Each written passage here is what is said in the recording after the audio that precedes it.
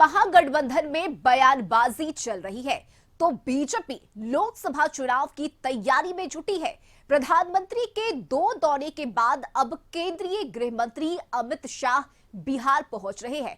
कार्यक्रम क्या है, देखिए ये रिपोर्ट। लोकसभा चुनाव से पहले बीजेपी के बड़े नेताओं का दौरा जारी है। पहले प्रधानमंत्री का दौरा और अब गृह मंत्री अमित शाह के दौरे की तैयारी। 8 दिन में बीजेपी के 2 सबसे बड़े नेताओं के 3 दौरे का मतलब आसानी से समझा जा सकता है।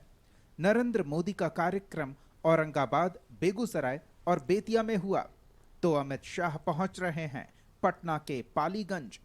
बिहार में एनडीए की सरकार बनने के बाद अमित शाह का ये पहला बिहार दौरा है। कार्यक्रम का आयोजन किया गया है बीजेपी प्रदेश ओबीसी मोर्चा की तरफ से।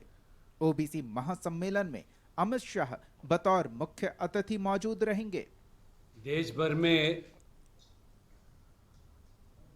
प्रधानमंत्री मोदी जी का कार्यकाल में 10 साल के अंदर ओबीसी समाज का मान सम्मान गौरव बढ़ाते हुए ओबीसी और अति पिछड़ा वर्ग समाज के कल्याण के लिए जो भी योजना बनाए, ये सब मुद्दे को लेकर लगभग 10,000 सामाजिक सम्मेलन करने का राष्ट्रीय ओबीसी मोर्चा तय किया गया है। उसी कड़ी में कल 9 मार्च को बिहार पटना के अंदर पालीगंज एक महासम्मेलन आयोजित किया गया। मुख्य अतिथि के रूप में हमारे गृह मंत्री अमित शाह जी पधार रहे। उनके अलावा यहाँ के प्रदेश अध्यक्ष, उप मुख्यमंत्री, सभी नेतागण उस महासम्मेलन में शामिल।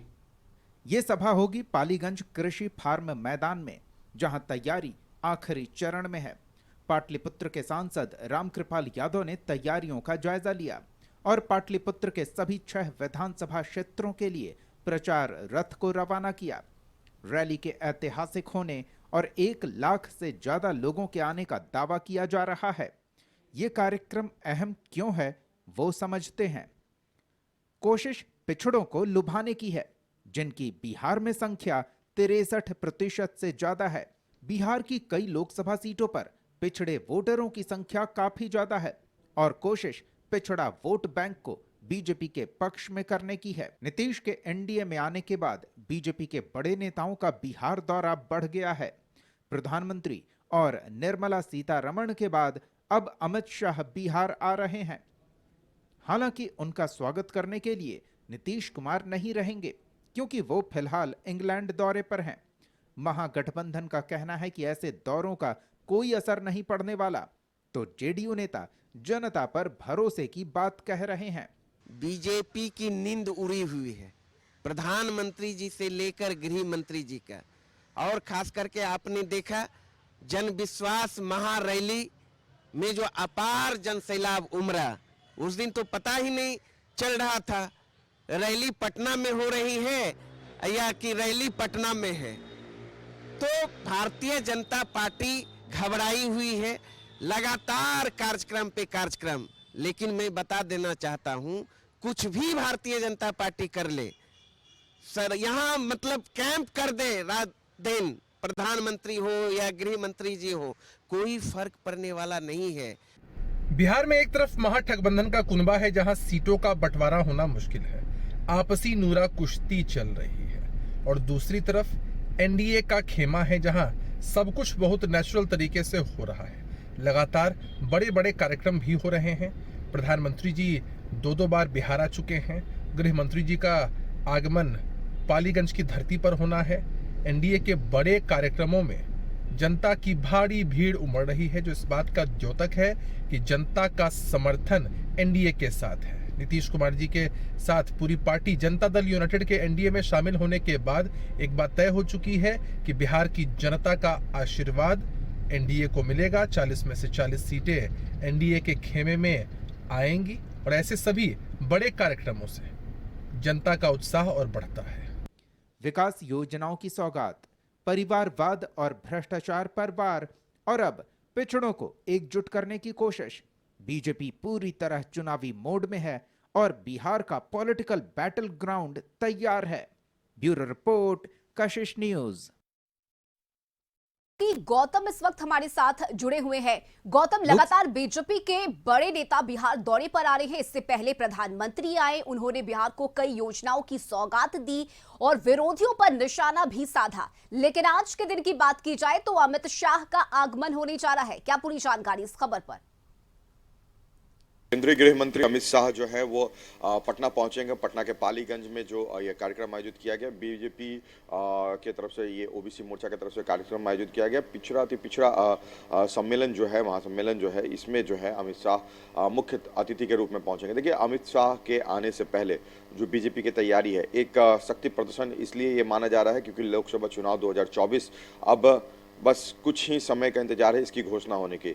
इसके बाद जो कहा जाता है कि चुनावी सभा और ये जो कार्यक्रम होंगे वो होंगे, मगर जो कहा जाता है कि अभी के समय में जो शक्ति प्रदर्शन या जो भी योजनाओं को लेकर जो बातें करनी है या जनता तक इन बातों को पहुंचाना है कि हमने क्या कुछ काम किया और आने वाले समय में क्या कुछ कार्य योजना है, इन तमाम चीज़ों की झलक और जो है जानकारी प्रधानमंत्री के दोनों कार्यक्रम, चाहे वो औरंगाबाद में हो चाहे वो बेतिया में हो, दो बार वो जो एक सप्ताह के अंदर जो बिहार पहुंचे और वहाँ पे जो उन्होंने अपना कार्यक्रम के माध्यम से जो अपना संबोधन दिया, उन्होंने लोगों को बताया कि जो हमारा सरकार है जनता के लिए जो काम कर रहे हैं और डबल इंजन की सरकार जो बिहार में फिर से बन गई है, इससे बिहार के लोगों को क्या कुछ फायदा होने जा रहा है और इस रफ्तार को वो कम नहीं करना चाहते। बिहार का विकास करेंगे तब जाकर देश का विकास होगा। बिहार के लोगों को इन तमाम बातों को वो रूबरू करा रहे हैं। साथ ही साथ एक बात ये भी है कि अब की बार 400 पार का जो ये नारा बीजेपी की तरफ से दिया गया है, इसमें वोटरों को भी जो है वो संदेश दे रहे हैं कि अगर वो फुल मैंडेट के रूप में अगर एक सरकार बनाते हैं